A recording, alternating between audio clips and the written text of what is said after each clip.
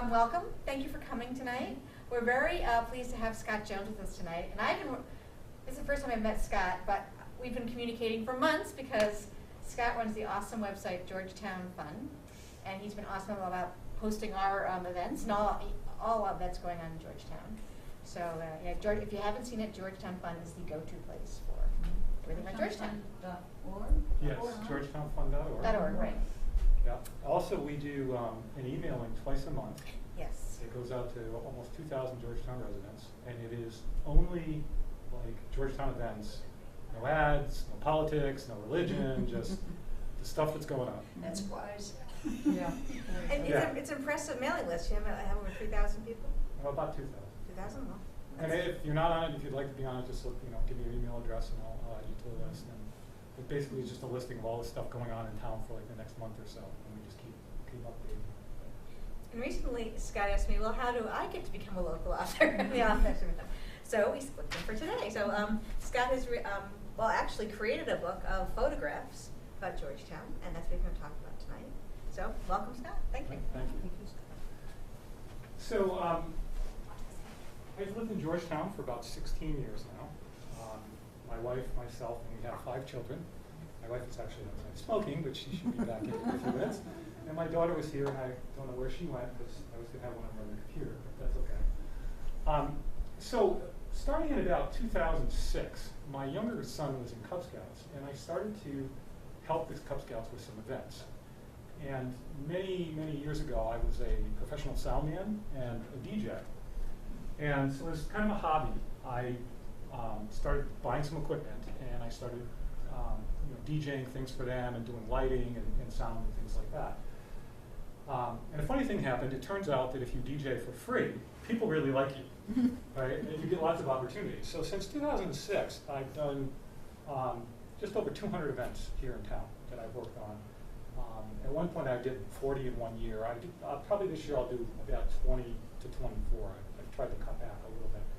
But I've been interested in photography most of my life. I like to take pictures, so I took lots of pictures at these events. And then some friends of mine who lived across the street from us, they moved out of town because he got a new job. And they really loved Georgetown, and they wanted memories to take with them. And they asked me to go around town and to take photographs for them of their favorite places. So I did this, and then I was like, I make a little book of this for them. So I made a little book, printed it at home on my printer. And some people who saw it were like, geez, you should really make a book of that. Realtors and people around town would really like this. And so I sort of had that idea in my mind for a long time, but not really kind of formed. And then a couple of years ago, the PTA asked me to go out and take pictures for them for their Georgetown Opera gig of different things around Georgetown. So I'm taking these pictures and I'm driving around, and all of a sudden I had, it was like the light bulb went on over my head, and I said, this is what I want to do. And I had like every page in the book like laid out in my head. And then of course it turned out that many of the photographs I needed for those pages I didn't have, so I didn't take a lot of pictures. But this book is the result of that. And I tried to do a couple different things here. And what I was going to do tonight is actually kind of walk you through the book a little bit. It's not that long, and it's, I think, something you kind of have to see to really understand. First of all, what I'm hoping is that the book itself is sort of visually appealing, and maybe you put it on your coffee table, or that you'd like to just flip through it and look at the photographs. The second thing is I've tried to put a lot of information in here about our town, because I think there's a lot of little hidden gems around Georgetown that a lot of people don't know about. And then the other thing is I've also put some sort of little trivia fun facts things throughout this as well. Renee, can you sit at the computer? On the top right keys is page up and page down. Could you hit page down? Oh, actually, page up again. Let's go back to the beginning. Anybody have any idea where this is? I was trying to figure it out. No. It's so narrow, it can't be one of our main. Yeah, so this is actually West Street. You go past the soccer fields, past the water treatment plant, and you start to head out towards Groveland. And one of the things about photography that a lot of people don't recognize is that the middle of the day when it's really sunny is like the worst possible time to take a photograph. And so we had this big snowstorm, and I went out like in the morning. It sun was just coming up and the lights were really diffuse and everything, and took this photograph. Okay, so,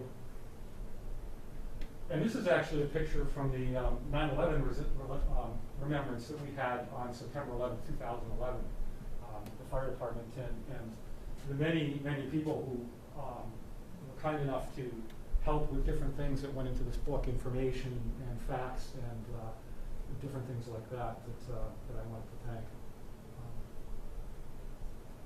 And so the way this is organized is it kind of goes through the town by subject, if you will. So, athletic fields and charities and all these different things.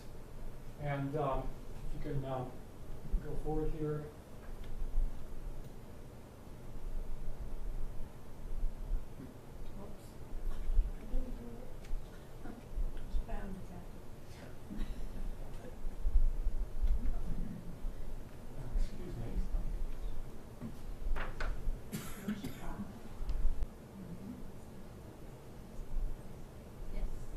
So, for example, this is not a particularly fascinating page, but these are all of the different athletic fields in town. So if you're somebody new to town and your child is playing athletics and they tell you to go to a particular field, there's a picture of each of the field and where each of the fields is located and what sports and whatnot they offer in those fields.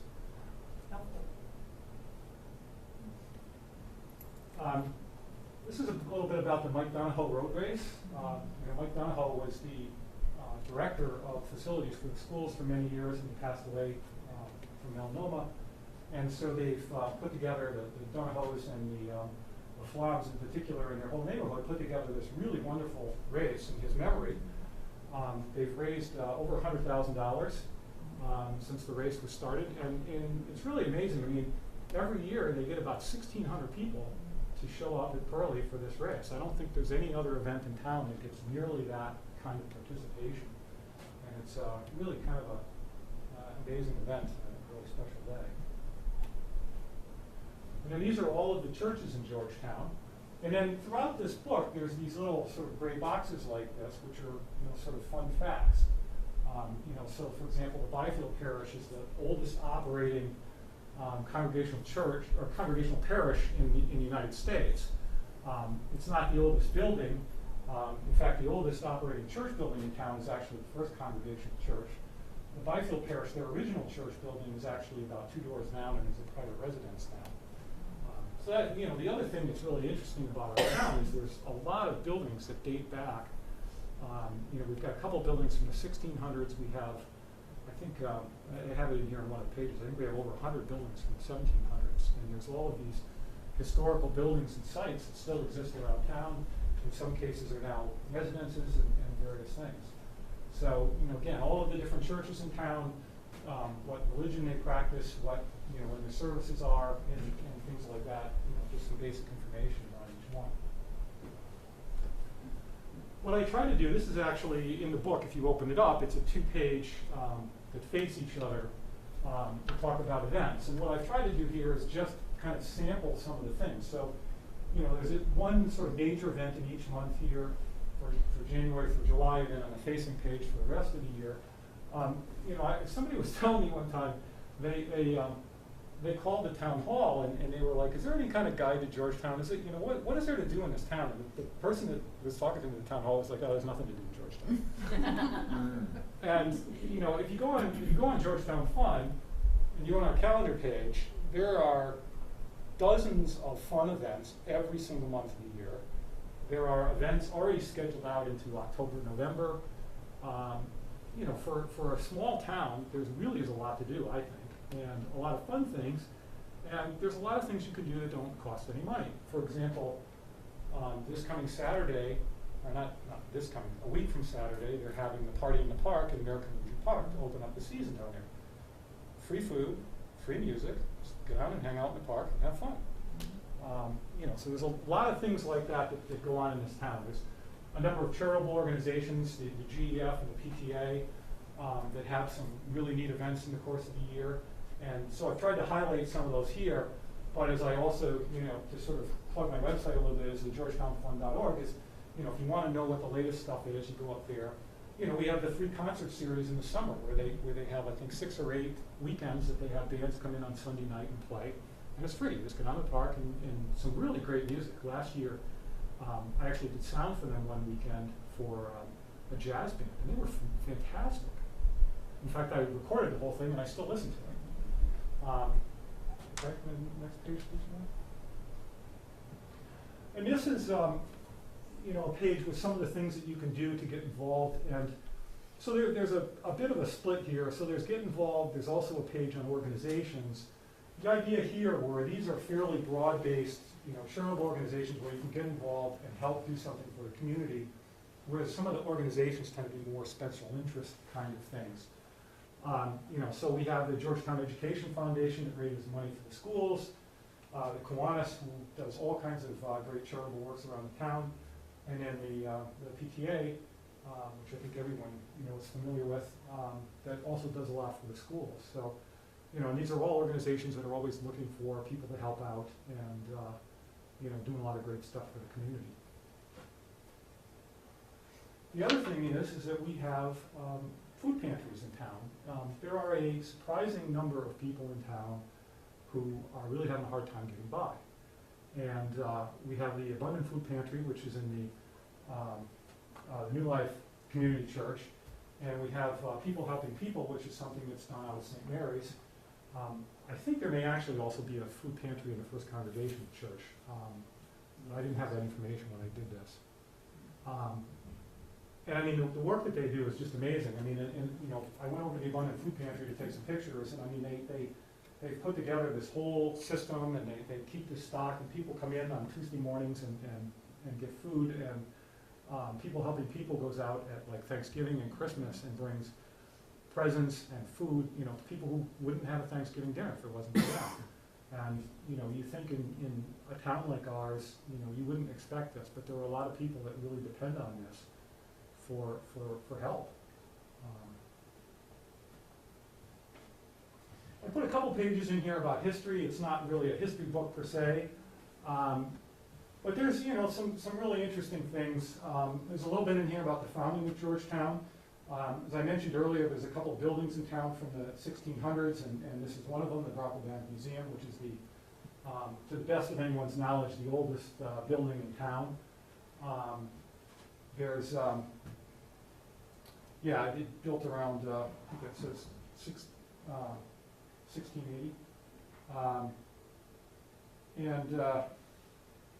We currently have, so we have 2 buildings from the 1600s, 60 from the 1700s, and 326 from the 1800s. So there's quite a few historical buildings in town. This one kind of cracked me up. You know, if you go to Town Hall, we have the big sign in front, Home of Old Nancy, right? This is a big deal, right? Old Nancy. We stole it from Raleigh. Not according to them. Not according to who? They don't think we have it. They don't know. Well, yeah, that's the other thing. My son played, you know, my son plays, just started playing Babe Ruth baseball, and our home field, because our fields all have arsenic all over them, is in Raleigh. And so we go and play in Raleigh, and they have a thing about Old Nancy up on the sign in Raleigh as well. But I can tell you, I took that picture. This is actually, it's in the basement of the town hall. You can go see it. So we do have it. Never fired a shot in anger, as far as I know. And then there's a little bit about the schools too. So the first 2 schoolhouses in town do not appear to exist anymore. There's a possibility that part of one is a chicken coop on somebody's property, but I wasn't able to confirm or deny that. The 3rd schoolhouse is actually next to the Brocklebank Museum. It was relocated. It used to be on top of the Andover Hill. The 4th schoolhouse is the Nowak Organ Company, which is over here on Main Street. And the 5th schoolhouse, they actually added a 2nd floor to it, so this is on North Street, and turned it into, it's like a 2-unit apartment. So again, I mean, some of our very earliest buildings still exist. After this, then they built the Pearly School, and then they built the Central School, which is now the Town Hall, and then Pembroke and the high school. So most of our schools still exist. Some of the different monuments, you know, we have around town, you know, for, you know, various war memorials, you know, a couple of very nice, beautiful settings for cemeteries, Union Cemetery and Harmony Cemetery. This is a picture of the Civil War monument before they redid it. Personally, I kind of like the way it used to look, but apparently there's some regulation that you can't have anything around a monument like that. There's not supposed to be any plantings or anything in the way. You're supposed to be able to appreciate the monument, so it had to be redone. This is a listing of the different organizations around town that I've been able to sort of determine. You know, some of these are kind of hard to figure out how to get a hold of, and so. You know, as of when I published this, to the best of my knowledge, these are up-to-date and accurate contact information for them. And I also keep this up on the website as well. So, you know, and these are just some of the different events. You know, this was a all sports boosters pancake breakfast at a football game, and they had a carnival one year, and they had this amazing carnival in 2008, and nobody came. And there was sort of two things. It was a holiday weekend. I think everybody's out of town. And the second thing is I think a lot of people just didn't know about it. And that was actually what got me to create Georgetown Fun. You know, there's a lot of groups that have their own websites, but you don't go to the PTA website if you're looking for something fun to do in a weekend. And so what I try to do with Georgetown Fun is aggregate all the stuff going on in town from any organization. And any organization or business that's having a special event or has something going on, we put it up on the site, it's free, it goes out to the mailing list, and we get quite a bit of traffic on the site, so it, you know, hopefully really drives a lot of traffic for everybody. And this was really, they had a you know, one of those things where you throw the baseball and it dunks the people, and this kid went underwater and it had a clear window on it, so. But you can see that, you know, the Country Gardens plant sale, they just held that. The Knights of Columbus, they don't actually do this anymore, they used to have this thing called the Cadet Club. It was kind of a fun event, and then here's like the football partners banner there. And then you know, we have some pretty cool parades. I mean, we had a Memorial Day parade this last Monday, which was very, very nice. It's kind of a sad occasion because Terry Hart, who was been a tremendous resource to all the veterans, recently passed away, and his family was there, and they honored them. And, but it was really, really nice. And in October, we have our Horribles Parade, where all the kids get dressed up and march down to American Legion Park, which is always a lot of fun. And then our fire department, who, we have a fire department with a lot of character. And a lot of characters in it. And the Santa Parade, this one year, you know, they had it all lit up and in the dark, and it really is a really neat thing. They go around and collect toys for tots, and it's really a great event. And then, you know, we have a baseball parade, and it's a lot of kind of cool parades and things. And then the various parks around town. We have Harry Marsh Park, and somebody was talking about this during the Memorial Day parade. You know, it used to be sort of a big brown patch of dirt, and it really is a beautiful park now. They've done a great job with it, and it was a really nice location for the end of the Memorial Day parade. And then, you know, American Legion Park, again, it's such an amazing resource. The bandstand is just a great place to have a concert, and the playground, which they're going to rebuild this year, thanks to, I think it was some CPC money and money that the Parks and Rec has been raising. You know, and there's a beach and you know, all sorts of different things you could do there. There's a tennis court there, and it's really a nice resource for the town. Now again, in the book, this is another one of these things you fold out and you see both sides, but you know, plays and concerts. So, you know, up at the high school, there's a lot of concerts put on by the high school band, the middle school band, the chorus. They have this really cool event that they do once a year, Dancing with the Teachers, sort of modeled on Dancing with the Stars, and they get professional dancers to come in and pair up with the teachers, and they compete for this trophy. And it really is a great event. It's really a lot of fun, and it's really funny. And I mean, the crowd reaction to it this year, and I think for the kids too, they see their teachers in a completely different light. You know, my teacher doesn't just stand up in front of the class and lecture me. They're a person, and they're up there doing fun stuff, and the place was packed with kids, and the kids were going crazy. It really is great. And then, the first time I went to a play here in town at the high school, I was really stunned at the kind of quality and scope of the production. I mean, you look at this from Anything Goes. This is the set. It was built by a bunch of volunteers. I mean, you know, it's got a stairway and there's people up on it. I mean, you see all these, I mean, it was a really impressive set. You look at all the costumes, the number of people in the play. I mean, a very significant portion of the school is in the play or is in the crew for the play. And they also get, you can see down in front here, they get these pit orchestras. And, you know, members of the school, members of the community all playing in this orchestra. And I mean, they're just amazing productions. And this is from Anything Goes, which was 2012. You flip, I think, the next page. This is from Guys and Dolls, which they did in 2013. The other thing that's really neat is every 4 years, the school band and chorus goes to Walt Disney World. And that is our chorus in April of 2011 performing in Disney World.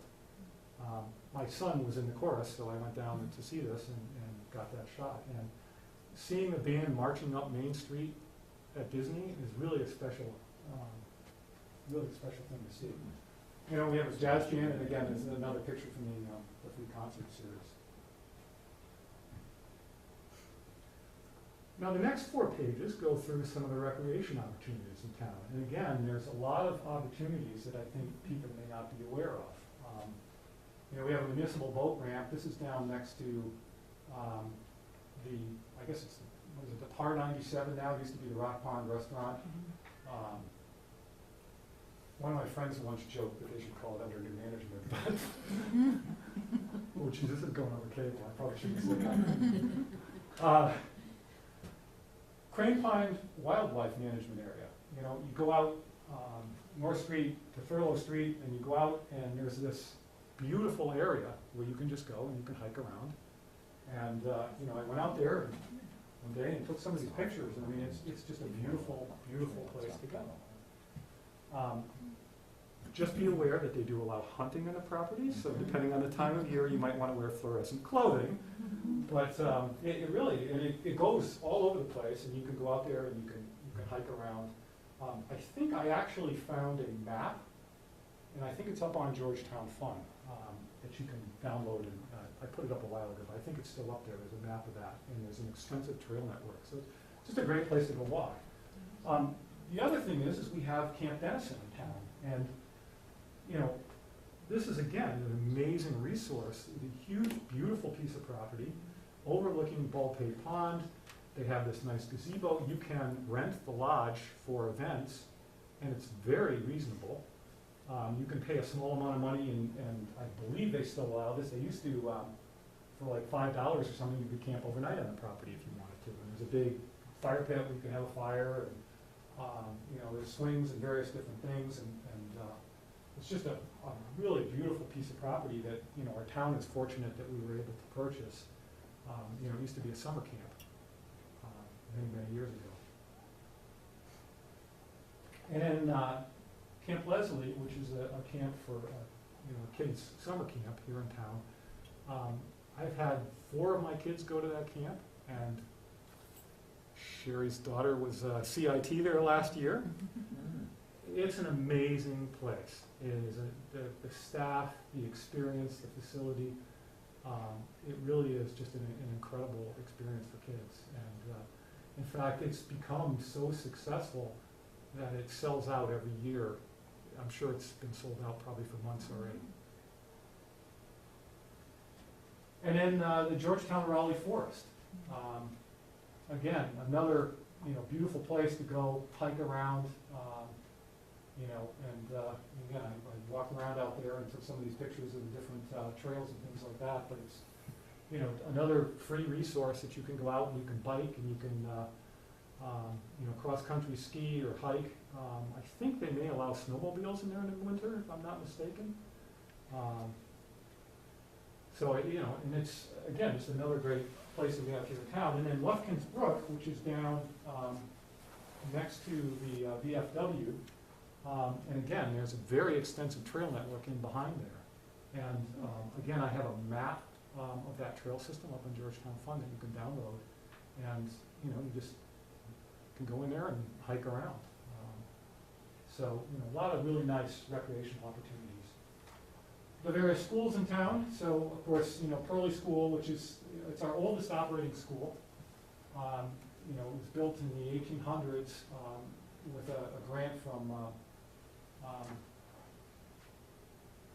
Actually, we're blanking on this. Yeah, from John Burley. It actually burned. The majority of the school actually burned down at one point. It had to be rebuilt. All the interior burned down, and then we expanded it. There's a whole section of the back which is new. This part is the original school here.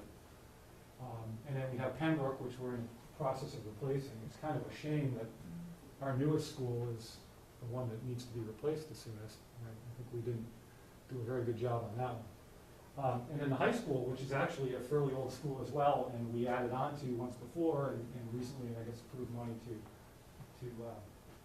add on to that again. And this is kind of neat. One of the things that Dr. Tanner implemented at Pembroke is every year they have a Red Sox opening day for the kids. And on this particular one, we brought in a rock climbing wall for the kids, and I went out and DJ'd it for them. We did that again this year, which was kind of interesting because we did it in mid to late April, and the guys setting up the wall were brushing the snow off of it. And I said to them, have you ever set this climbing wall up in the snow before? And they said, no. And there was actually snow on the wall in the early part of the day. And of course, I'm out there, and I'm DJing, and I got like 4 layers of clothes on, and I'm freezing, and the kids are out there in their t-shirts and their shorts, climbing the climbing wall, and they're all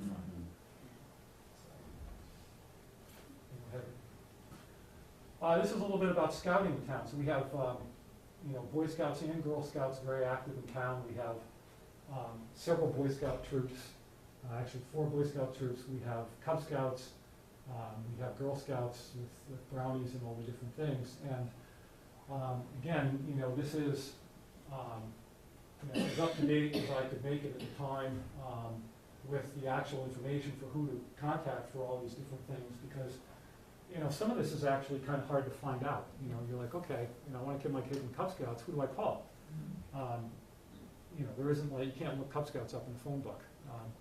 So, as of when I did this, that was all the latest information.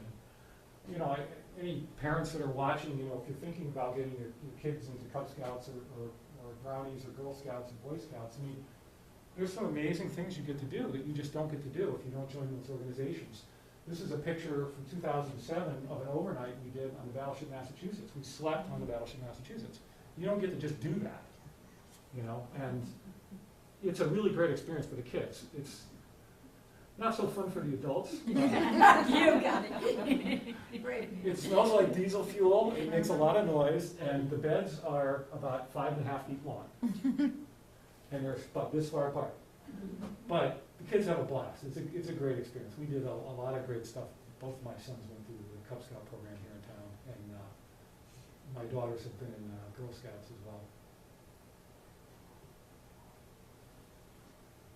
And then senior services. We have Council on Aging in town that's active in a lot of different things, and here's some information on how to contact them, and some pictures from some different Georgetown Days events and things like that over the last couple of years that we've had. And then sports. Now this is another thing to me. If you're a parent and you have a child and you're interested in getting them in athletics, what athletics are available in town, and how do you find that out?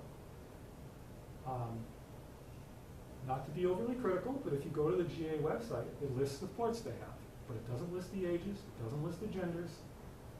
This chart right here, which lists all the sports offered by the GAA, the sport, what season, the grades they cover, and the genders, to get that chart together, that one little box there, I had to get like 4 guys and drag them over to a table at the baseball bash and not let them leave until they answered my questions. Okay? So again, I think this is kind of a neat resource for parents. Like, okay, there's all the sports. Are they boys or girls or co-ed? When are they? What grades do they cover? And then the same thing, this was easier to get. The athletic director at the high school was very, very helpful. And this is a list of all of the high school, middle school sports. Again, in sports, what are the seasons, what grades are covered, and what genders. And, you know, they have boys sports, they have girls sports, and they have co-ed sports. Is it an adult sport? Oh yes, yes. I almost forgot that. There is a adult mushball softball league. And so we have that in there. And I think there may actually be some basketball, volleyball stuff that goes on in town as well. And then just some pictures that I took that I thought were kind of pretty around town. You know, these three here are actually all pictures I took basically looking out at the front of my house the first couple of years we lived here. And I was like, how great is that? I don't know what makes the sunset so great. You know, it's probably air pollution or something you don't want to know about, but I mean, just some amazing sunsets. And then these are the various facilities. Here we are, the Georgetown Peabody Library. A little bit of information here about when the library began and how it was started. And you know, a little bit of information on when the building was built and then the expansion that was done. The Georgetown Post Office, this was really funny. So I said, you know, I'm thinking, I want a little information to put in the book about the post office. So I'm like, I wanted to know, like, how many pieces of mail do they deliver a day? I thought that'd be neat. How many pieces of mail?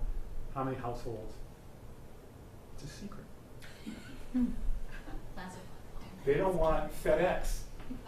They don't want those guys at FedEx or UPS to know what their market share is. But I got a very nice public relations person at the post office, and they did actually tell me quite a bit of stuff about how they service a town and the number of trucks and letter carriers and things like that. You know, and you know, here's the highway garage and a little bit about, you know, what the highway department does and, you know, how many miles of roads we have in town and what they support. And, you know, our public safety building, and then the town hall, which, as I mentioned previously, started out as the central school. And actually, when that was built, the central school, when the 5 one-room schoolhouses all closed and everything moved into the central school. And that was the end of, you know, all the schoolhouses.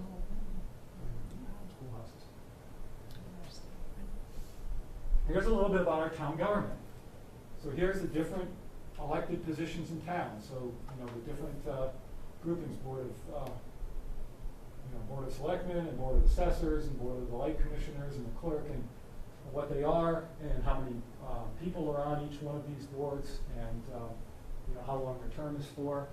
And actually, and we still have, Steve Smith isn't in this picture, but that's 4 of our 5 current serving selectmen from the 2012 Memorial Day Parade. One of the difficult things about this book is I wrote it and it came out, and then, you know, the restaurants in this town change about every 3 weeks. And so there's like, I think 3 or 4 restaurants that don't exist anymore, and different things like that have changed. And then a little bit about our town, you know, more about the town government, and in this page is focusing on the police department and the fire department. You know, so there's a little bit of information here about the police department and how many people are in it and what they do, and the fire department, and a little bit down here about Erie 4, which is the oldest privately owned and operated you know, fire department in the country as well. So another really historic thing about Georgetown. You know, and Erie 4 is you know, almost entirely funded from events that they run and donations and things, and not, you know, out of our tax dollars. So that's, you know, it's kind of a neat thing, and you know, it's also another neat resource for town, because the upstairs here in the Erie 4 building is you know, a hall that people can rent, and where we have various dinners and things like that over the course of the year. Scott, another thing about Erie 4 is they'll be 160 years old next year. Amazing. It's a lot of ham and roast beef. Right. And this is a little bit about the different utilities in town. You know, we have Comcast Cable, we have the Georgetown Electric Light Department, which is, provides 50,000 megawatts of electricity per year to some 2,400 households. You know, we have GMello that does our recycling and trash, and to, you know, 1,580 homes, and a little bit here about how much trash we create. And then the Georgetown Water Department, this was really funny because I called up the water department to get some information, and it turns out that the new manager for the Georgetown Water Department was a guy named Lou Manolette, who I actually had worked on a bunch of events with. And I'm talking to him and asking him questions. He's like, "Scott, this is Lou Manolette." And I was like, "Oh." Okay. So he's our new water manager. And so a little bit of information about how much water we use. I think there's 550,000. Maybe you could read that on the screen. I can't read it up here too well. I think 550,000 gallons per day. Yeah, 650,000. 650,000 gallons per day. 65 miles of water pipes. And then veteran services, and again, until recently, Terry Hart, who recently passed away, was our veteran service representative. I don't know who the new representative will be, but and this is a picture from the 2013 Memorial Day Parade with Doug Dawson out in front. Doug Dawson, who was the commander at the time.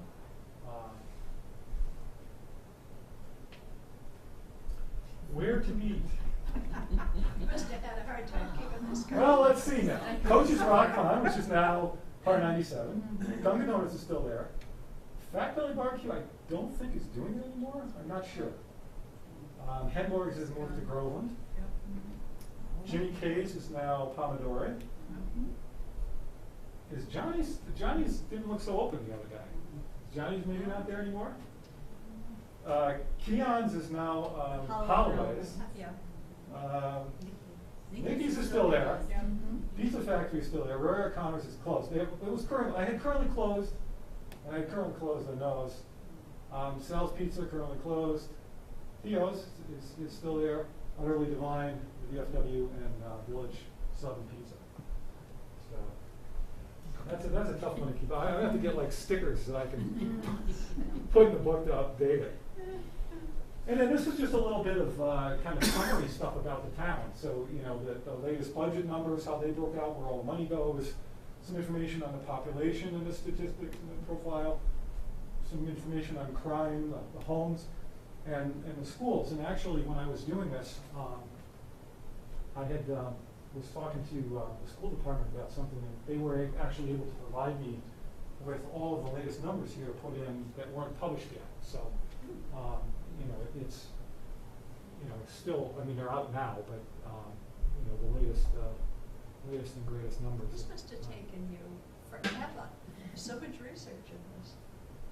Yeah, it took a while. And then this is the back cover, and these are a couple pictures I took. My wife actually berated me for taking these pictures because I went out in a snow emergency, and they basically were saying stay off the streets, and I'm out driving around taking pictures. But when I put them on Facebook, Phil Trapani was like, "Oh, nice pictures." So I'm like, "Well, he's a selectman. It must be okay then." He was probably out too. Yeah. I actually have a really nice, it's not in this book, I have a really nice picture of this library I took that same day with the snowflakes falling down around it. And everything's sort of white, but the red building really strikes it, stands out. That's, to me, as a photographer, I really like that this is sort of all white, but then you got a little red and green right here that just sort of pops out in the picture. And that's the book. Do you make any attempt to, not for restaurants, but for other resources in town, do you make any attempt on your website to keep it current if they were looking for Cub Scouts or? Yes, there is an organizations directory on the website that I have been keeping up to date.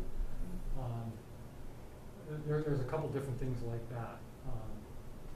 So some of this information is there and is updated. How, The Friends are on it? Yes. If If there are organizations that are not Yes, I on did see that. your list so far, how would they get on? Just email me. The email address is on the website, and you can just email me. The other thing is, if you're looking at the directory and you see something that isn't up to date, let me know, and I'll update it. I got an email the other day from Sean Sexton. He used to be the committee chair for PAC 50 here in town, and he's like, "Would you please update that so people will quit sending their Cub Scout registrations and calling me when I'm not involved in it anymore?" So, you know, and it is, it's a challenge to keep up with it. In fact, one of the, my actual real business is very, very busy right now, and it's actually kind of a struggle. I'm struggling at the moment to keep the website up to date, because I get stuff pretty much every day to put on the site. I'm updating it still 2 or 3 times a week, but I could update it every day if I had the time. Has anybody ever done an April Fool's joke on you and given you a false event? Not on purpose. Oh, you've made mistakes. Well, people have sent me stuff, you know, for the wrong day, or you know, and then you know, try to fix it as quickly as possible, or you know, or I get the ones, and sometimes I catch it and sometimes I don't, but I get the ones sometimes it's like, this event's going to be Wednesday, January 4th. Well, January 4th isn't a Wednesday. So is it Wednesday, January 3rd? Or is it Thursday, January 4th? You know? That sort of thing has definitely happened. The other thing, there's a photo gallery on this website where I put all the pictures I take at events, and there are literally thousands, maybe tens of thousands of photographs up there now. The last couple of years I've taken pictures of every single couple in the Prom Grand March and put them up. I went to, when we had the Red Sox World Series trophy in town, I went and took pictures of everybody who wanted to have a picture taken with that. And there's just a whole bunch of stuff like that up there. You know, and anybody that wants to can go up there and you can get the photographs and download them. And if you like a photograph and you want to blow it up and put it on your wall, you could email me and I'll send you the full resolution one. The ones on the site are cut down because otherwise it would take all day. But, you know, please don't email me and say, I want these 30 photos. Just, you know, if you're going to put one on the wall, fine. Otherwise, you can just get the ones off the website. There's a couple other things. I have actually written a cookbook. And that's on Georgetown Fun as well. It started as a neighborhood thing from our neighborhood dinners, and it just sort of grew from there. So there's actually a cookbook up there you can download as well. Yes. What application did you use to put the book together? Well, the wrong one. I happen to have and use a lot a program called Corel Draw. I have written a lot of technical books and sold them through my business, and I've illustrated them, and I use that for that. And I built these pages one by one in Corel Draw, and then put them all together in an Adobe PDF file. That is not the right way to do this. If it was much longer, I would do something different. The right way to do this is to use something like InDesign, which is a program for doing that sort of thing. But I did not have InDesign, and I didn't want to. InDesign, I think, is $1,000. I actually have another book with me here, which is a little guide I put together on digital photography. I actually put this together for myself as much as anything. And this I actually put together in something called FrameMaker. If you're going to write a technical book that's going to be 1,000 pages long with like 50,000 illustrations and 10,000 equations, FrameMaker is the world champ. I mean, it does everything for you, tracks everything. It's a wonderful program. But it's not flexible enough for this kind of thing. So, you know, I had that. I didn't have the right one for this. So. We're hoping your book is available here tonight. It is, yeah.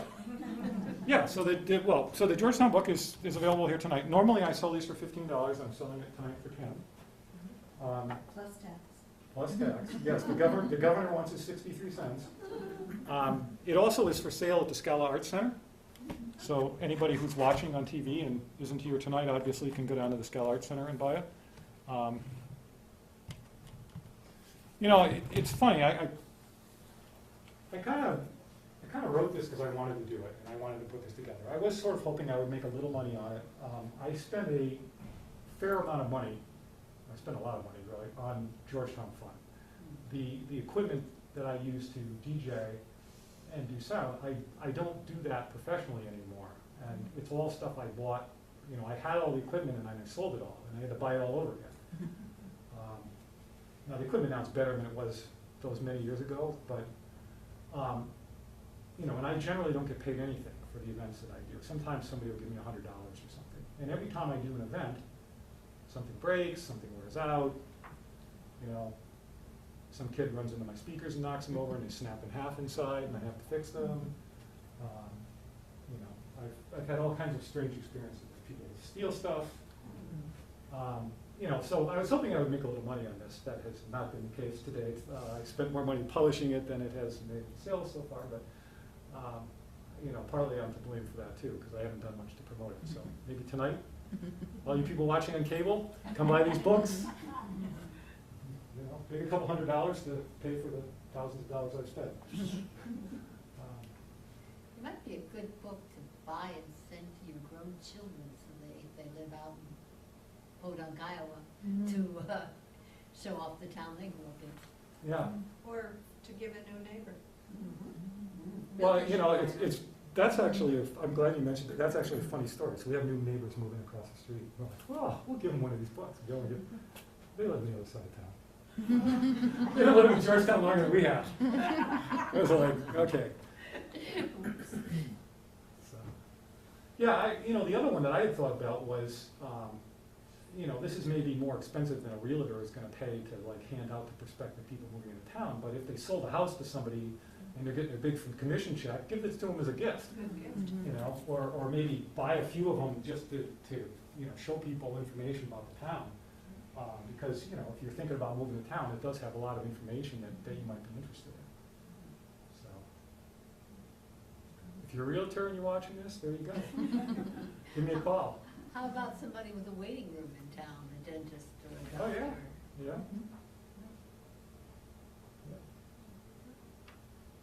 But what I've learned through all this is things don't sell themselves. You have to actually work at it, and I just have been too busy to do that. I mean, I wrote this thing, actually. I really wrote it more for myself, because it's got a lot of stuff that I look up when I'm out shooting things. But, you know, I printed a bunch of them. It'd be nice to sell some of these, too. And I mean, this is like the first time it's left my house. So that's probably not going anywhere either.